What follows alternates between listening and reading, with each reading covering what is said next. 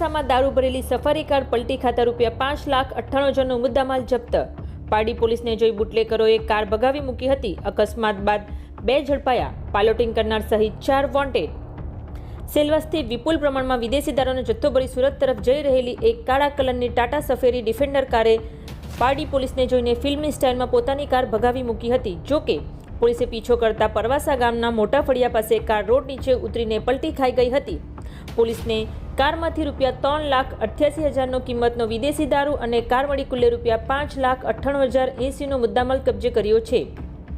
Pardi police મથકના PI વાય.બી. ગોહિલના માર્ગદર્શન હેઠળ પોલીસ કોન્સ્ટેબલ ઇન્દ્રજીતસિંહ ગોહિલ સહિતની ટીમ પેટ્રોલિંગમાં હતી।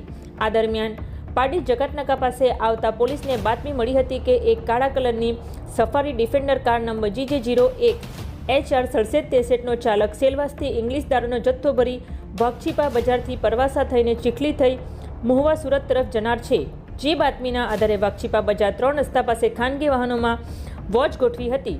બાતમીવાળી કાર આવતા પોલીસે રોકવાનો ઇશારો કર્યો હતો, પરંતુ ચાલકે કાર ઊભી રાખવાને બદલે પરવાસા તરફ ભગાવી મૂકી હતી। પોલીસે પીછો કરતા કાર પરવાસા ગામે વળાંક લેતા રોડ નીચે ઉતરી પલટી મારી ગઈ હતી।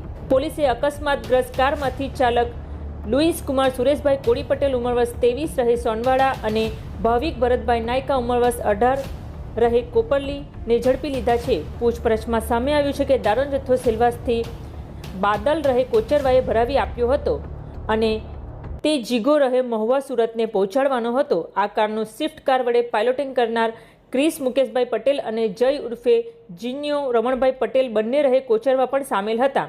પોલીસે તમામ વિરુદ્ધ પ્રોહિબિશન એક્ટ હેઠળ ગુનો નોંધી આગળની તપાસ એએસઆઈ ચંદુભાઈએ હાથ ધરી છે।